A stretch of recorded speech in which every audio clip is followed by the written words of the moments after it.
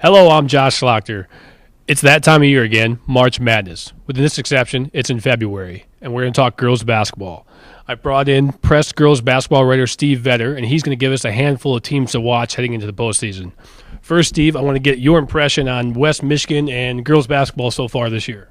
Well, the perception I'm hearing from coaches is team-wise we're a little bit down. Individually we have some good players that we'll talk about here in a second, but the amount of teams we're having a little bit down this year. Maybe 2 teams in Class A, 3 at the most would have a good chance of going a few rounds. Maybe only a couple teams in Class B. But we have a lot of good individuals this year in girls basketball. The first team I want to talk about is Hudsonville. Now, Hudsonville is one of those Class A schools you're talking about, one of the top teams in the OK Red.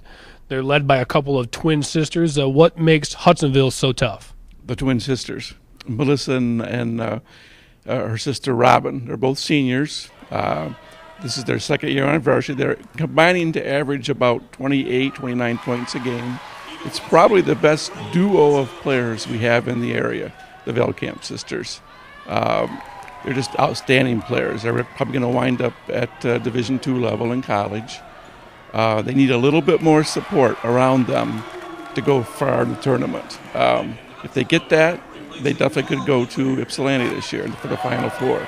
So it rests a lot on the supporting cast they're going to get. And right now it's a bit of a toss-up. Another team that we're going to talk about is Grand Haven. Now, they're a rival of Hudsonville in the OK Red. They've played before, and Hudsonville got the best of them. Now, how good is Grand Haven? Are they better than Hudsonville? I mean, do they have a better chance of making it farther in the postseason? They have a little bit better supporting cast, 1 through 6, 1 through 7, than Hudsonville does. They have an all-stater and Emma Veach, an excellent player. She was recruited by Division I. They have, like I say, a better supporting cast. They have a girl named Taylor Nada, who is an excellent volleyball player, who's their second best basketball player. Again, they have that 1-2 punch, but they need other players to step up. They've actually split with Hudsonville this year. Both teams winning coincidentally enough on the road. So Grand Haven definitely has talent. They have a good coach in Katie Kowalczyk-Fulmer. They have like I say, they've beaten Hudsonville, so we know they're a good team. They're probably our second best Class A team in the area. Now we'll talk about one of our teams in Class B that you think probably has a chance to advance in the postseason, and that's South Christian. South Christian out of the OK Gold.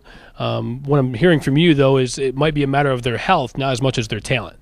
Exactly. They lost their best player, a girl by the name of Jordan Skinner, actually to a 6-game suspension, a non-school-related infraction. She was out at the same time they lost their big center, a girl by the name of Natalie Visser, to an injury. So it's hard to get a line right now on South Christian. They're just now, in the last couple of days, actually getting their whole lineup back together again. When they had their lineup intact earlier in the year, they beat Grand Rapids Christian in a tournament. They are probably our best Class B team when they're healthy and when their lineup is intact.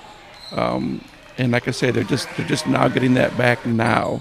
Still have a few games to go before the state tournament starts to get back their rhythm, their cohesiveness, and once they do that, they should be good for the state tournament. The next team we're going to talk about is Grand Rapids Christian. Now, they're also a team that's trying to get healthy this time of the year.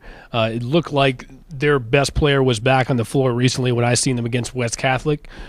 Steve, what do you think of Grand Rapids Christian's chances of having success in the postseason? Much like South Christian, like you said, they need to get healthy. They lost their best 2 players also, just like South Christian, to injuries earlier in the year. In fact, at one point, they had 4 of their top players out with injuries, and they still beat Catholic Central for their only city loss. So it was probably the best game I've seen this year. They were down 14, and they still came back to win without 4 of their top players. Right now, the players are back, but again, it's like South Christian. They need to play together down the stretch to get that cohesiveness back for the state tournament. And it's a tricky thing. Their best player is a girl named Jamila Hardley, who has signed with Michigan. She's averaging about 14 points a game, a couple 2-time honorable mention All-Stater. The team revolves around her, and she's been the one hurt So they needed her to get back. She had an ankle injury. They needed her to come back strong, and they lost a big center named Jennifer Brink. If they get healthy, they could go a ways in Class A. And finally, we'll talk about two teams from the OK Blue, Comstock Park and Wyoming Park. These two teams happened to play recently, Comstock Park getting the best of that matchup. So let's first talk about them. They're probably the surprise team in the area. At this point, they still only have one loss. Steve, what do you think of their chances in the postseason?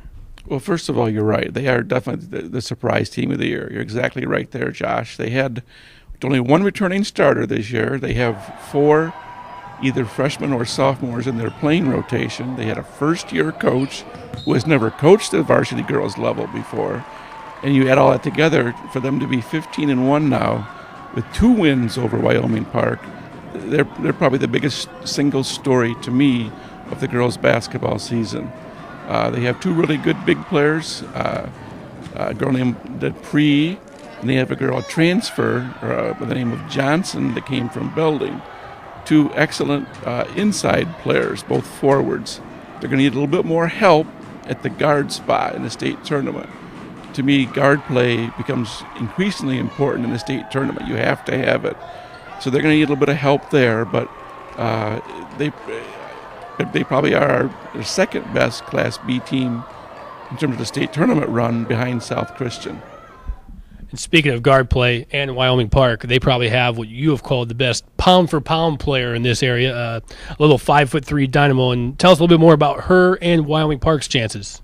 Sports writers aren't supposed to have favorite players, of course, but like you say, pound for pound at 5'3", Jasmine Padine is probably the best player in the area. She had 36 against Comstock Park on Saturday. Just an outstanding player, an outstanding three-point shooter. And they have a second player by the name of Charity Green, who is a returning all-stater inside, a big girl. Park's problem is twofold. That's about all they have, and the coach knows they need to get more from the other players on the team, and Wyoming Park just doesn't play good defense. And the coach and I have talked about that, and they just need to play better defense, because teams that do that can go away in the state tournament. The ones that don't play defense run into problems in the state tournament. So that's where Park is at. Okay, well, that about wraps it up. We've gone through a handful of teams that are assessing their shot at the postseason success. I guess we'll tune in now for March Madness in February. Thank you.